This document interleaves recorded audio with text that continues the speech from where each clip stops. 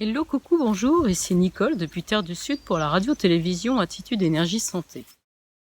Alors aujourd'hui, c'est notre deuxième vidéo d'introduction avant de démarrer la chouette détox de printemps. Et on va parler plus précisément de pratiquer une détox au rythme lunaire. Mais avant ça, j'ai envie d'attirer votre attention sur l'extrême nécessité de poser une intention, et évidemment une intention qui vous soit personnelle, une intention intime. Alors ça peut être tout simplement de se nettoyer, de se réparer, de se régénérer, ça peut être une intention grâce à ce printemps et grâce à la détox de retrouver plus de santé et de vitalité. Ça peut être une introspection personnelle, il y a autant de raisons que de personnes à pratiquer une détox au printemps. Donc prenez un temps pour vous et notez dans un petit carnet, parce que ce petit carnet vous allez le garder pendant tout ce parcours de 28 jours, mais notez l'intention et l'état d'esprit, l'état d'énergie dans lequel vous êtes là maintenant quand vous décidez de faire ce voyage avec nous. Parce que ça va être un voyage de transformation. Et pour que vous le goûtiez pleinement, c'est très important de poser le point d'où vous partez et l'intention que vous mettez dans l'ensemble des transformations qui vont avoir lieu au cours de ces 28 jours.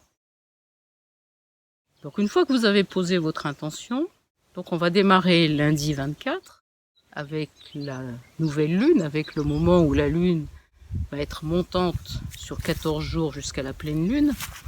Alors cette première phase de 14 jours, c'est ce qu'on appelle, nous, la période de vitalisation. C'est-à-dire que dans notre esprit, à Laetitia et à moi-même, on ne peut pas envisager de faire une détoxification si on n'est pas avec un minimum d'énergie disponible pour pouvoir la faire. Pour qu'une détox ait une chance de réussir, sur le plan simplement matériel, il faut qu'il y ait suffisamment d'énergie pour que les cellules puissent travailler. Il faut que les systèmes de ramassage des ordures, si je peux dire, les vaisseaux sanguins, les vaisseaux lymphatiques, soient en capacité de ramasser tous les déchets et de les apporter au foie puis aux émonctoires.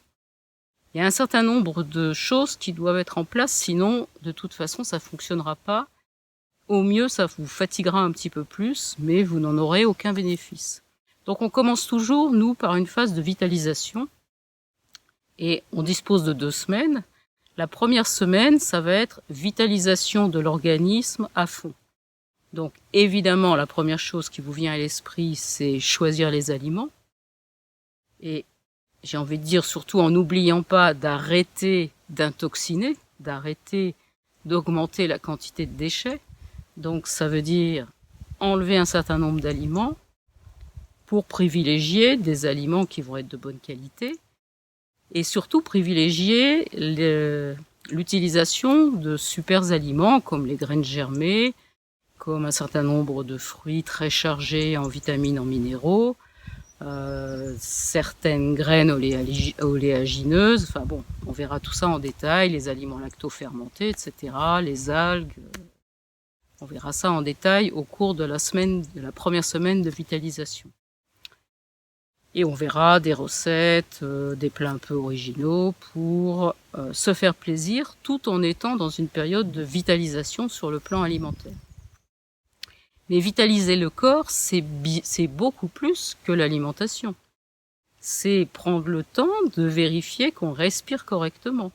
Parce que si vous voulez pouvoir détoxifier votre organisme, il va falloir de l'oxygène pour réaliser toutes les réactions chimiques qui ont besoin de se faire. Et si vous respirez mal, vous aurez une toute petite détoxification. Alors que si vous respirez bien et que toutes vos cellules sont en pleine capacité de fabriquer déjà le carburant ATP pour travailler et font leur travail avec suffisamment d'énergie, vous aurez un bien meilleur résultat. Donc on va respirer. On va se reposer. C'est la deuxième chose très très importante. Bien avant l'alimentation, c'est d'offrir à notre organisme des temps pour se reposer et des temps de sommeil qui soient corrects. Donc là, il faut vraiment se mettre à l'écoute des besoins du corps.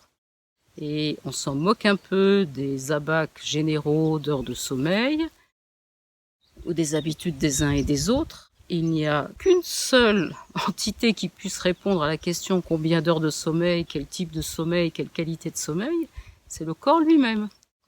Donc prenez le temps de lui demander ses besoins, d'écouter ses réponses et de lui offrir ce qu'il demande.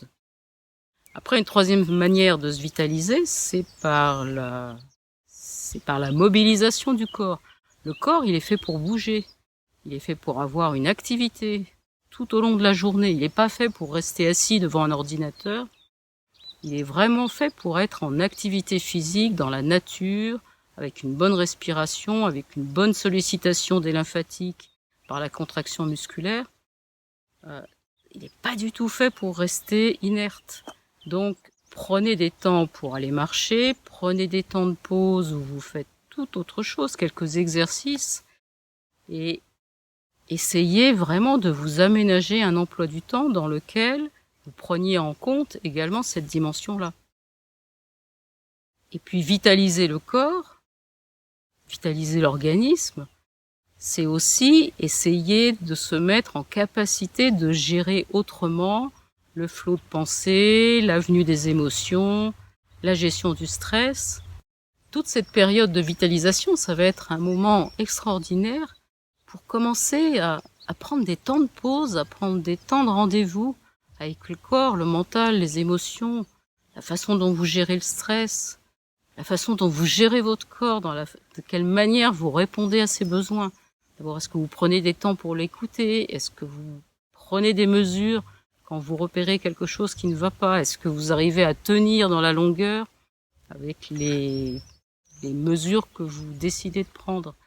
Faites le point un peu sur tout ça et notez tout ça dans le carnet pendant cette première semaine. Et puis évidemment, essayez d'améliorer les choses au fil du temps.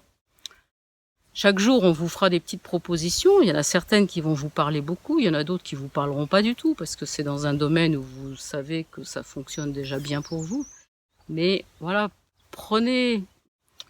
nous, on va vous donner des informations, mais surtout, c'est celles qui s'impactent sur vous, qui résonnent en vous, qu'il faut que vous notiez et qu'il faut que vous implémentiez dans votre emploi du temps. C'est-à-dire que quand quelque chose vous parle, c'est pas tout de le savoir et de l'avoir entendu. Il faut que vous le posiez dans votre emploi du temps. L'emploi du temps du lendemain, vous posez un temps pour faire la chose qui vous a... qui s'est impactée sur vous. Donc ça, la première semaine, c'est facile parce qu'on n'a que ça à faire.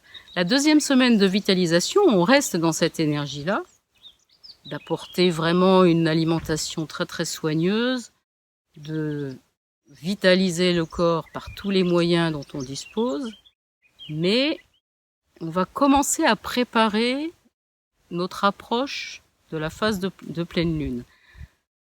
Alors cette phase de pleine lune, pour moi, elle est fondamentale parce que c'est un moment, c'est une acmé énergétique dans laquelle il est extrêmement favorable de prendre du recul et d'essayer de modifier des choses, de voir les choses différemment, de changer d'angle de vue, de regard,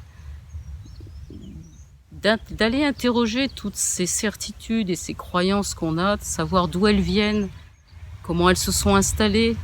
Est-ce qu'il n'y aurait pas moyen d'en poser d'autres, et éventuellement à côté de ces premières, pour élargir un peu le champ? C'est vraiment un temps qui est très très bien pour ça. Et c'est pour ça que nous, on a symboliquement choisi de placer ce moment de pleine lune sous l'égide de l'aigle. C'est le moment où on va chevaucher l'aigle et on va s'élever pour embrasser plus large, voir beaucoup plus loin toute cette création, comment on s'inscrit dans ce monde des vivants entre ciel et terre. Et peut-être de commencer à voir les choses autrement et de commencer à être dans sa vraie vie. Dans ce qui résonne vraiment profondément en nous, dans cet axe entre le cœur et les reins, et qui nous met en joie et qui fait que notre journée va être simple, va être légère, va être facile, alors qu'il y en a d'autres où c'est que de la lourdeur et que de la difficulté, aucune productivité. c'est clair que quand on est dans des journées comme ça, on n'est pas dans l'axe. Donc cette période de pleine lune, elle est vraiment bien pour alléger au maximum l'alimentation, être vraiment dans le qualitatif et pas du tout dans le quantitatif sur ce plan-là, et de remplacer cette nourriture alimentaire par toutes sortes d'autres nourritures. Là, à chacun d'aller dans les directions qui lui parlent. Et encore, on vous fera des propositions, mais vous ne prendrez pas tout, vous prendrez que ce qui résonne profondément avec vous. Et donc, ça peut aller jusqu'à faire un jeûne à cette période-là. Ça peut être tout à fait intéressant de jeûner sur la pleine lune, ou de jeûner sur 3 jours autour de la pleine lune, ou 5 jours autour de la pleine lune. Là encore, il n'y aura pas de règle, on vous demandera rien de particulier.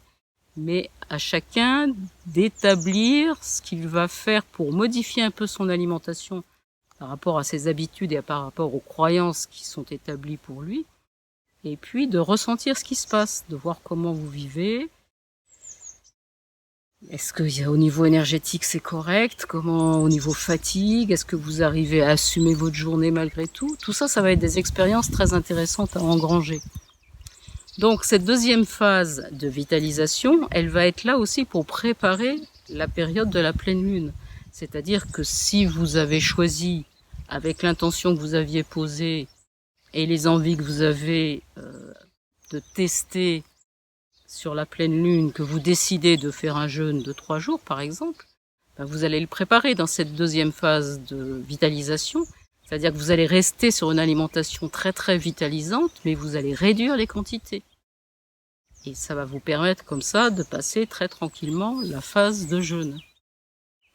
Et puis donc on en arrive après à la phase de lune descendante, qui est la phase de détox proprement dit, où tout naturellement on va sortir de la période de pleine lune où on mangeait très peu, et on va pas se précipiter pour réinstaller une alimentation plus volumineuse, même si on est sur des toutes petites portions. On va continuer de choisir très très bien ces aliments, et on va continuer de pratiquer toutes sortes d'autres nourritures que cette nourriture alimentaire. Et là, dans cette phase de détox, on va adjoindre des plantes qui vont nous aider, on va adjoindre des recettes, des assiettes de crudité particulières, avec des petites herbes sauvages qu'on va aller récolter. On va vraiment pousser les choses sur la détox pour atteindre au maximum le foie, le rendre le plus performant possible, parce que l'intention de cette détox, je vous le rappelle, c'est quand même, sur le plan matériel et organique, c'est de nettoyer l'organisme pour que le foie soit en pleine possession de ses fonctions de transformation, que tous les viscères émonctoires soient en pleine capacité de l'aider en se débarrassant des déchets, que le système circulatoire et lymphatique soient en capacité de drainer au maximum tous les déchets, toutes les toxines de l'organisme. Et tout ça dans l'intention de vivre correctement le printemps. C'est-à-dire que le foie soit en capacité de gérer toutes les transformations, aidé par tous les autres viscères, et que ces transformations permettent aux jeunes pousses qui sont en train d'apparaître, de se déployer et de jaillir avec cette force de vie extraordinaire, que ces jeunes pousses puissent croître correctement chaque jour, exactement comme il faut, ni trop peu, surtout de ne pas freiner cette force de vie qui nous traverse au printemps, mais surtout de ne jamais quitter de l'œil, si je peux dire, la jeune pousse qui est en train d'apparaître, qui est extrêmement fragile et pour laquelle il faut mettre un maximum de tempérance, de douceur et de bienveillance. Et c'est comme ça que le printemps va se réaliser pleinement à partir de ce qui a émergé de l'hiver et va permettre de réaliser un été où ça va rayonner au maximum. Et c'est grâce à cette détox qu'on va arriver à ce résultat.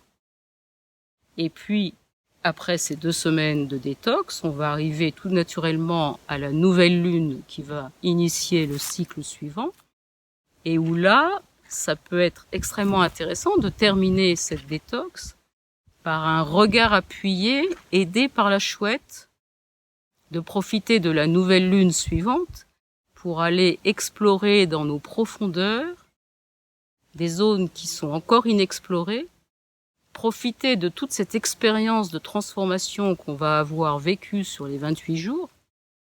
Chaque jour, vous allez avoir noté des petites choses dans votre carnet, de reprendre tout ce carnet, de voir tout le chemin que vous avez parcouru, d'où vous êtes parti, où vous êtes arrivé, et vers où vous pouvez aller encore.